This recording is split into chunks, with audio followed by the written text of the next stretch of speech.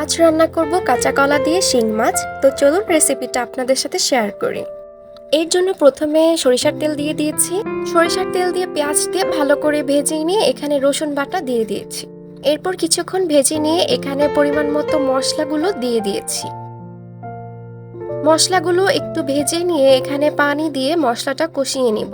মশলা কষানো হয়ে আসলে এখানে আগে থেকে কাঁচা কলা ধুয়ে রেখেছিলাম সেটা দিয়ে দিব। আর কাঁচা কলা কেটে একটু হলুদ দিয়ে যদি রেখে দেন তাহলে এটা কালো হবে না। সাধারণত কাঁচা কলা কেটে রাখলে কালো হয়ে যায়, তো হলুদ দিয়ে রাখলে এটা কিন্তু কালো হবে না। তো এরপর কাঁচা কলাটা কষানো হয়ে আসলে আগে থেকে ভেজে রাখা শিং মাছগুলো দিয়ে দিব।